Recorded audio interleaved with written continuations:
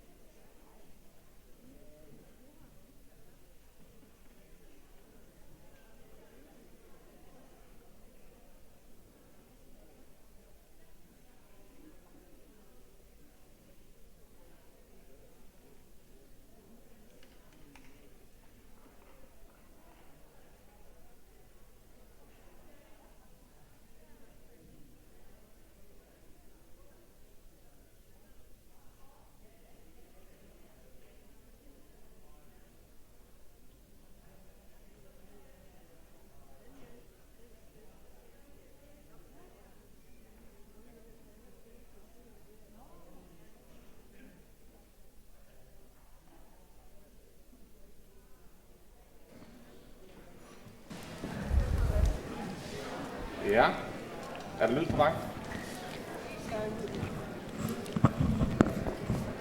Der er lyd på vej. Welcome. It's that part of the day, I'm afraid. Jeg skal lige sige velkommen til. Ja. Nå. Ja. Med lidt forsinkelse, velkommen til jer 3 på scenen.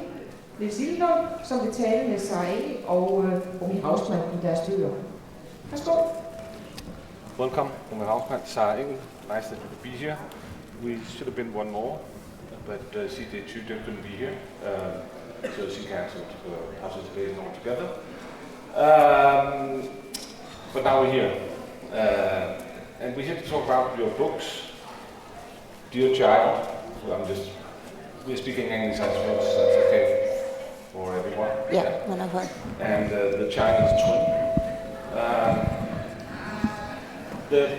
The thing that's connected to, I suppose, is something called domestic noir. But I would like for you, if you both present your books to begin with, and then we'll talk about what connects them or doesn't connect them. So will you start, Romy, please? Yeah. Does my microphone work? Yeah? That good? Okay. In Dear Child, the basic storyline is the disappearance of a student, a college student, who went missing 13 years ago, without any trace. And the police were looking for her, but nobody could trace her since then. And only her father kept searching for her. But he also didn't get any trace. He doesn't know what happened to his child. And those 13 years later, a woman shows up. She comes running out of the woods and gets hit by a car and seriously injured and gets taken to a hospital. And they think, okay, that could be that missing girl from then. And her father comes into the hospital and says, no, that's not my daughter. But with that woman, a young girl was. Her name is Hannah, she's 13 years old, and she says, this is my mom. And the thing is that this little girl just looks like that student, that missing student when she was a child. Solve that mystery.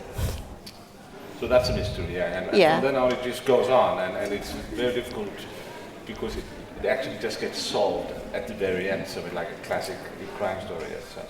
What gave you this idea? The idea came from the criminal case of Natasha Kampusch that happened a few years ago, yeah. So, you thought you could write about that in a sense? Yes, if you might know that case. Natasha Kampusch was an Austrian schoolgirl. She was 10 years old. Can I tell it? Yeah. She was 10 years old when she was abducted by some woman and was held captive in the basement of her captor's house for the next 8 years until she managed to flee.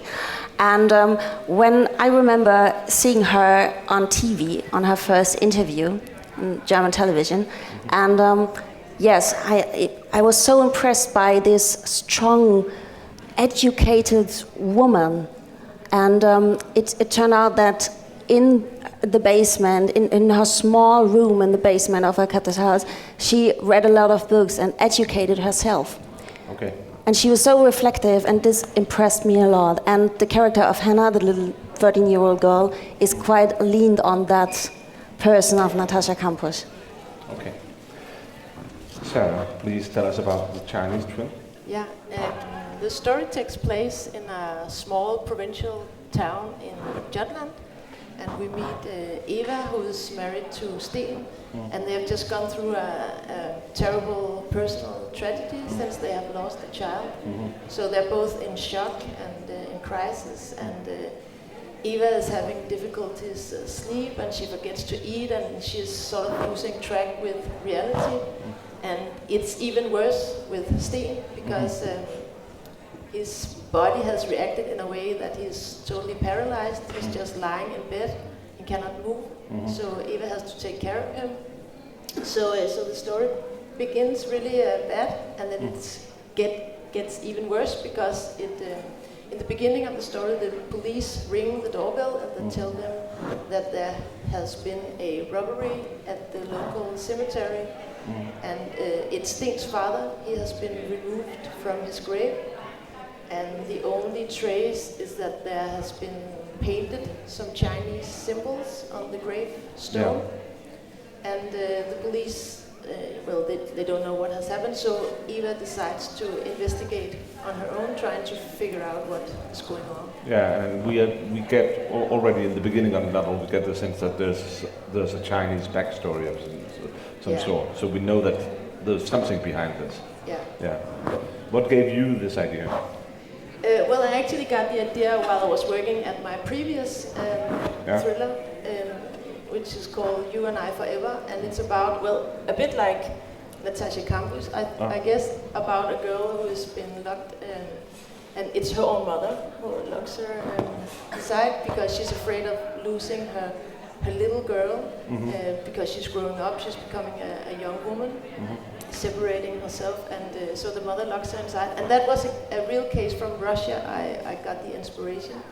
Okay. And while I was reading about this case from Russia, I stumbled across another case where a man worked at the cemetery, and in the nighttime he would go to the cemetery and he would find the graves with young women, and he would dig up the corpses and bring them home to his apartment, where he would turn them into dolls in beautiful dresses and put makeup on them, and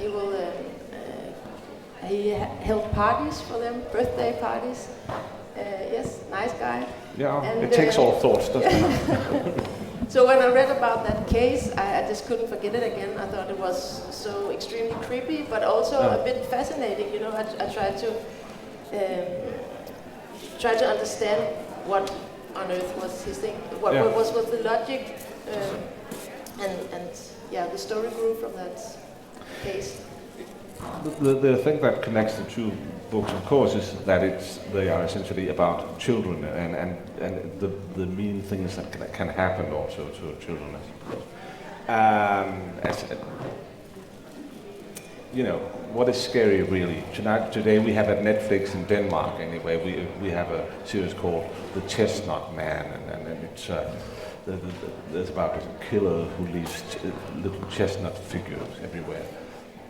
Is that scary? I don't know. Somebody find it scary. And you all know, we're all familiar with the Squid Game. That's all the rage right now. The Korean series where everyone is just killed off. And that's another kind of scary. But this is it more creepy scariness, is it not? That when something happens to a child, what do you say? Yes, absolutely. I think everyone who has kids, who is a parent, can connect with that, because when we have kids, this is our most precious thing that we have, and of course we would die for them, we would do anything for them, and if somebody takes us, our kids, it's just the complete loss of control, and things that happen in your childhood give you trauma for the rest of your life, and this is so hard to handle. And your kids are innocent, and if you can't help them, this destroys you. Yeah, I was just thinking that maybe it's also about surviving. How do you survive? Like Natasha Campus, we were talking about how on earth does she survive mentally in that situation. I think it's also the thriller genre is investigating how the brain works. How do we try to survive when we are in extremely stressful and traumatic situations? And sometimes, well, she did it in a good way, studying, trying to keep healthy mentally. But in my book, they don't react really in a good way. But still, it's a way of trying to survive. When the reality is so cruel that you cannot accept reality, then you try to build your own parallel world in your mind, and you live in this imaginary world as a way of protecting yourself from reality. And I think this might be something that is sometimes seem to be more creepy for the readers. If we would write about blood and guts and men with guns, this is something, when we read about that, we just keep in mind this is fictional. But the things that we write, the psychological shit and all those things that happen to a mind. And this is something that readers or we ourselves know this could happen to anyone, and we don't have the control over it. And I guess this is something that makes it creepier to read books like that.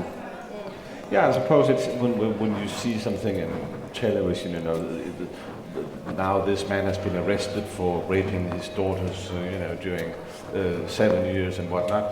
And you look at the house and you say, this is an ordinary house. This is an ordinary family living in there, you'd think. They're having dinner, they're having Swedish meatballs at 5:30 every evening. That's what you think. And you look at this. what's going on there. So it's another kind of scary, isn't it? Yeah, he's one of us, and we didn't notice what was really happening in that house. And also the contrast between the ordinary and then the bizarre. Yeah, exactly. Instead of just some dark stranger who's killing everybody, it's not actually so scary. It's more scary if it's someone you think you know, but you don't know them at all. It's a building you know, a street that you know, something that looks very ordinary. Not people dressed in funny dresses and having squares instead of faces and so on, because you know they're not real. You've written for young adults earlier. Yeah. What made you sort of change the genre? Because that's a very different thing, isn't it? Well, yeah, some of it, but basically the work is pretty much the same for me. It's a lot about, building a plot, creating a character gallery, working with the language, trying to make it all cohesive. Mm-hmm. So basically the work is the same, but what I love about the thriller genre is that when you throw a crime into the story, then you immediately create an engine that drives the story forward. It raises a lot of questions that you want to solve, and in the end you will have the answers. So I think you're giving a lot of structure in this genre. It's an old discussion that while sort of style has taken over, you call the finer art or the real literature, but then the good story has really survived in the crime story, because there's a contract there between the reader and the writer that something there's a crime that has to be solved and there has to be a solution. That's the deal we're making. When I start reading your book, I know there's gonna be a solution at the end. Would you agree on that? Yes, I would. In that case of Caravan, it's like a more open ending, an ending that seemed more realistic to me.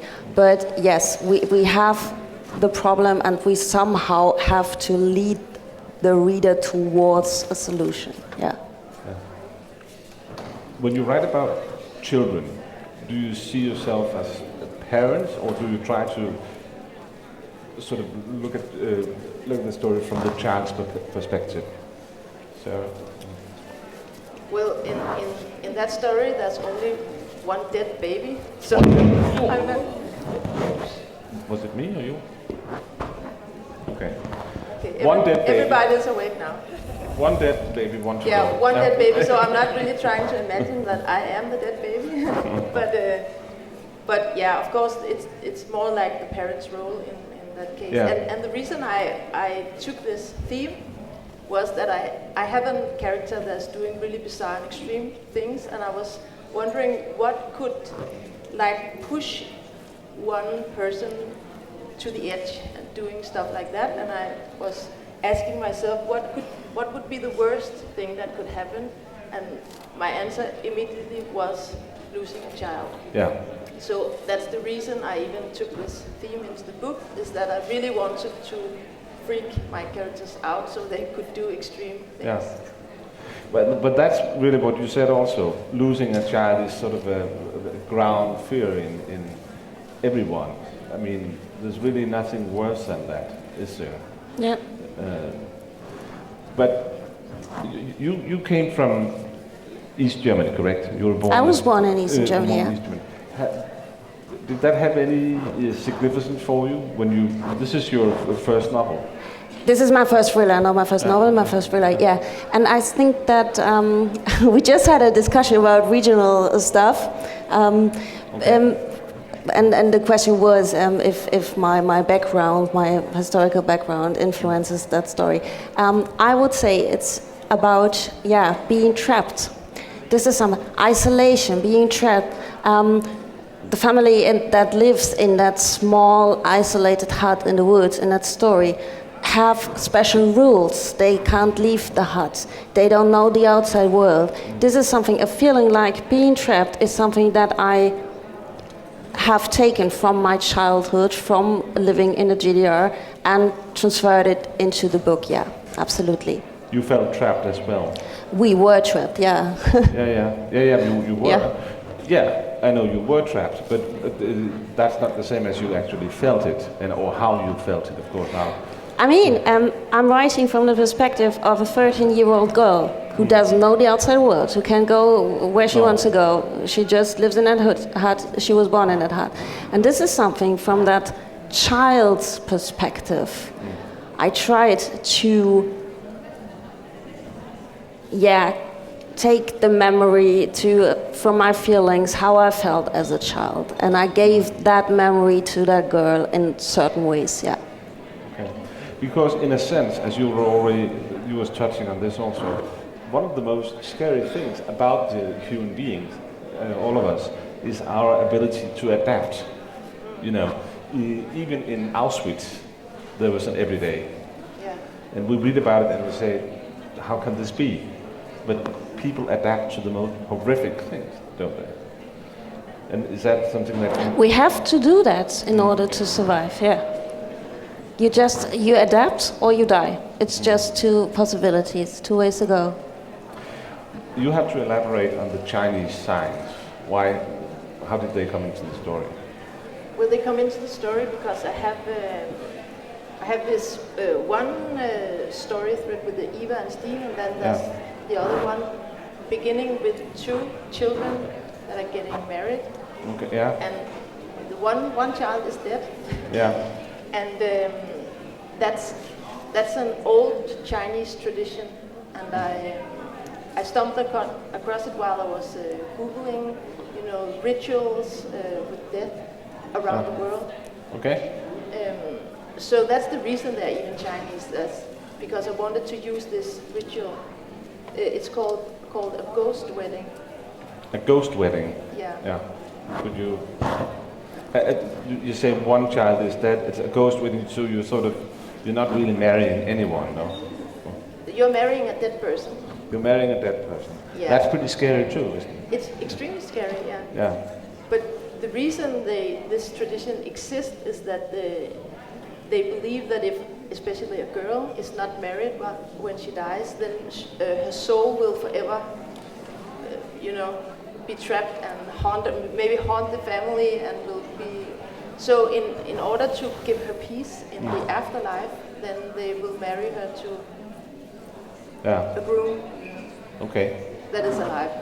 Yeah. Did your research show anything about ghost weddings and what this has done to people psychologically later in life? Yeah, I read a case about he was very young. I think he was like 8 years or 9 years, and he was married to a dead girl, and it had completely freaked him out. He was an adult while the interview took place, and he was still wearing the ring, and he was still talking about her like she was his wife, even though it was many years ago. So he has lived his whole life in this imagination that he was married to this girl, and he was even talking to her, and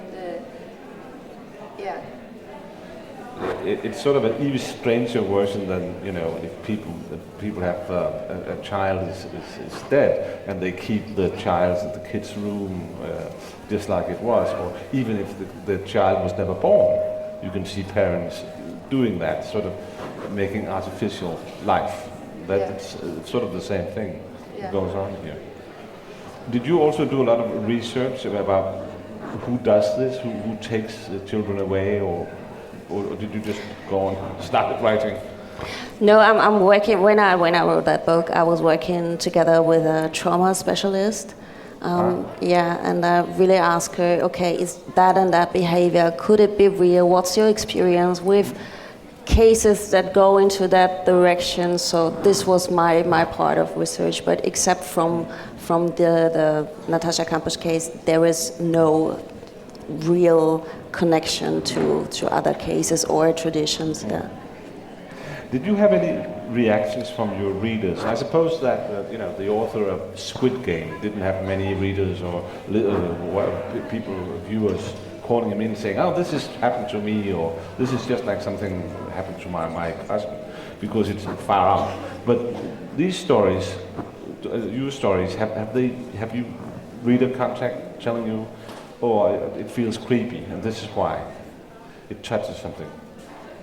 Yeah, a lot of have mentioned the description of being in sorrow, in deep sorrow, where you lose track of reality and you're unable to just do normal things. You're unable to sleep and eat, and everything becomes difficult. And then some people have reacted to that in your books, and they felt that you touched on that. Did you study this? You said you Googled the reason of death, or did you study it much? Or? Yeah, I did, and I also interviewed some organizations in Denmark who knows about stillbirth. Is that what? Stillbirth, yeah. So I have also researched on that.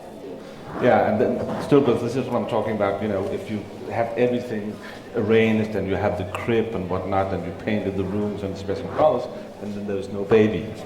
Yeah. And you go on like, really, the baby must be there.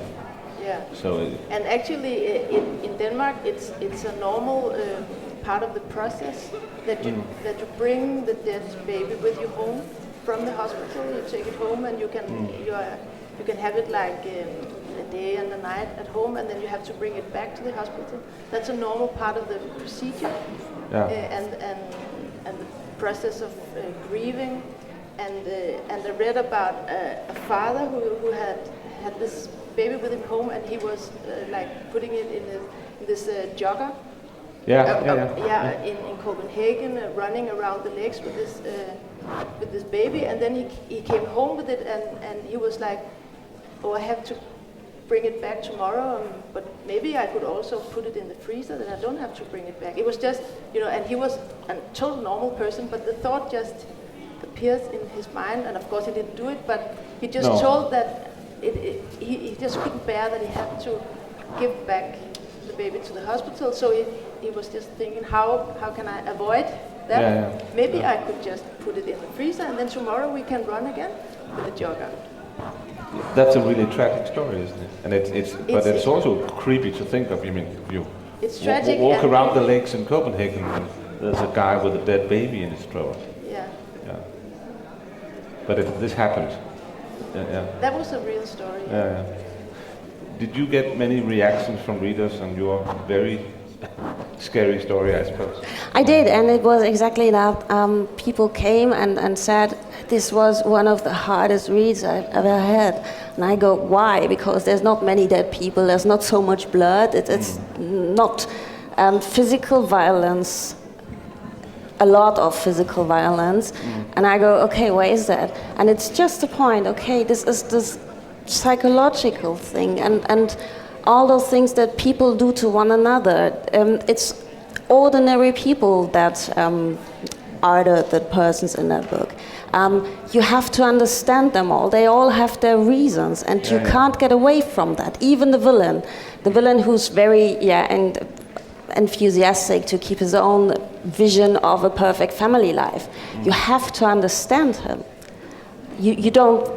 You have you choose for yourself. Okay, what he does is not right, but you have to understand him.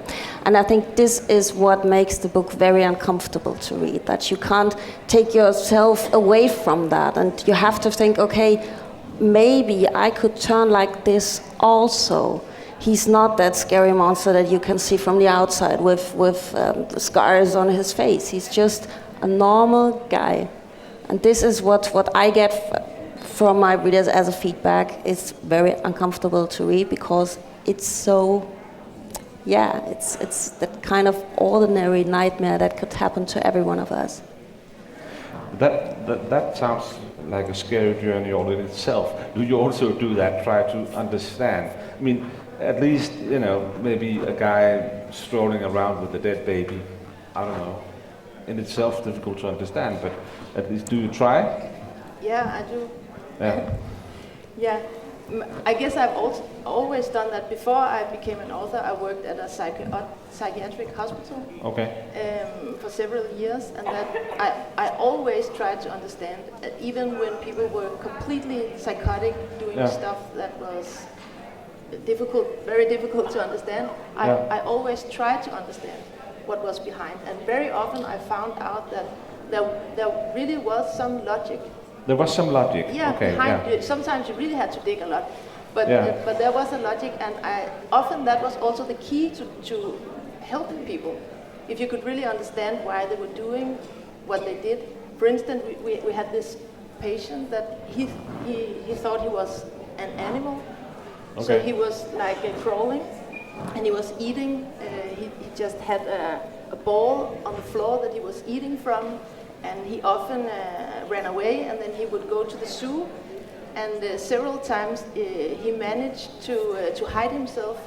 So when they locked down the zoo, he was sleeping in there, often sleeping with the llamas.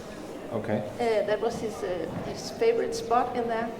But Okay. anyway, when you see it from the outside, it's just really strange and bizarre. But then when you talk to him, he had just imagined things where he felt like an animal. He felt like, for instance, a dog that was treated. He was treated like a dog, and when you really heard his backstory, and then suddenly it made total sense that he acted that way. But that's a scary trip in itself, I would say, trying to being around people like that and trying to understand them. That must really, wasn't that unnerving? Yeah, it was scary, and that was also violent. I was also, threatened, and I also got hit several times. But I guess I think it's really interesting to investigate the darker sides of the human psyche, because all of us, even how normal we seem to be, then all of us, we have these little cracks, and if we are traumatized in some ways, then these cracks might grow. And like we talked about before, we adapt, then suddenly we have the normal life is a little bit twisted, and then a little bit more twisted, and you might not even notice yourself because it happens gradually. Well, I think what I'm trying to ask both of you is, how do you sleep at night? I mean, it must be quite nauseating to work with these things, no? I have a good sleep, actually. My days are quite wild because I am a very dramatic person. I try to be my protagonist. This is really what's keeping me busy all day, but when I get to bed, then everything is cool. And I remember, okay, this is not real life, this is just a story. Well, I have a friend who's a doctor at a psychiatric hospital, and I always thought of him as a little bit insensitive. And then I thought, maybe he has to be to work there, because if he takes everything in and shows too much empathy, he can't survive. I guess for me, often when I came home from work, I was very grateful for all the small things in my own life, that I was able to, have a normal life. I was able to get up in the morning, take a shower, eat something, go to work. Because I met all these people that weren't able to do normal stuff. Every day, everything was a fight. Even taking a shower, sometimes it could take them 5 hours because they had to argue with all these voices in their heads all the time. So suddenly you become very grateful for your own life. When you have, I can see that. Were you ever tempted to do? We call this domestic noir. I suppose it's okay. Genre is a genre, and nobody would like to be put in a box saying this is domestic noir, so don't take it too gravely. But were you tempted ever to do other kind of horror stuff, something this is Johnny and so on, or here is Johnny? What is that? I'm not thinking about that. When I started writing thrillers, I didn't want to write thrillers. This was not the goal. It was just the thriller genre is full of opportunities. If you are interested in psychology, if you are interested in telling about people and what can happen to people. So this seemed like a wonderful playground to me. But I don't write thrillers for the blood and the guts. No. So that sort of just came. that just came. Yeah, I wrote that story, and then someone said, "Okay, it's a thriller." Ah, okay, yeah, okay, let's call it a thriller. Yeah. It's good we call it thriller. It'll sell better. Yeah. And how about you? Well, I guess a little bit the same. I have always just written stories that I found interesting, and then somebody else tell me what it is. Yeah, okay. Yeah, and the same about now, before we talked about that I have written a lot of YA. That was also like a coincidence that I just sent in a story to the publishing house, and they called me and said, "We don't know, is it YA or is it an adult? What do you think?" And I was like, "I don't know." Call it what you want. You decide. Yeah. Oh, I can see that. But of course now, I get a more. I think more about genre now than I did when I began. Okay. Yeah, because you have written a large number of books already, more than 20, I think. No. I think it's 17. It's 17. I think you know better. You probably know better than I do. 20 sounds better. Yeah, but if it's 17, then what's number 18 going to be about? I guess it's going to be YA, but I am working on another thriller. But I think the YA is finished sooner. Yeah, because you're in better practice, or just you know what you're doing, or this takes you longer, or no, I just began. Okay. Yeah. But you haven't lost the feeling for thrillers. No, you're going to do another one. I am. I have really enjoyed writing them. And you have the difficult second novel ahead of you. Or I survived the difficult second novel. It's yes, it's been released yesterday. Yesterday. Yeah. I didn't know that. Martha Sover. And in Germany, my third thriller is going to be out in January, and now I'm writing on the fourth one. Okay, perfect. Well, we're looking forward to seeing that in Danish as well, and thank you very much both for showing up. I'm sorry that CJ Judah couldn't be here, but we're happy that you came. Thank you very much. Thank you for having us.